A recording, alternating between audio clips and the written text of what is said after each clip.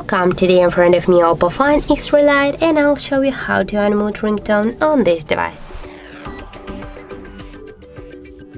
So we got a couple of ways, I'll show you both. So first you should go to the settings application and now just tap here on the sounds and vibration section, and just to unmute your ringtone here on your volume panel, swipe this dot to the left side with your finger and that's it.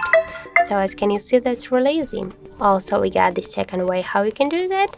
Just here on the left side of your device you got the volume buttons, and just to unmute your ringtone press your up volume button, but first be sure that here on your volume button function you get selected the ringtone volume, not the media one.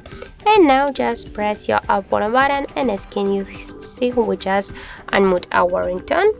And the third way, just by the same way, tap on one from your volume buttons and swipe this volume panel to the up, and you'll see that you just unmute your ringtone. So that's how it looks. If you find this video helpful, remember to leave a like, comment and subscribe our channel.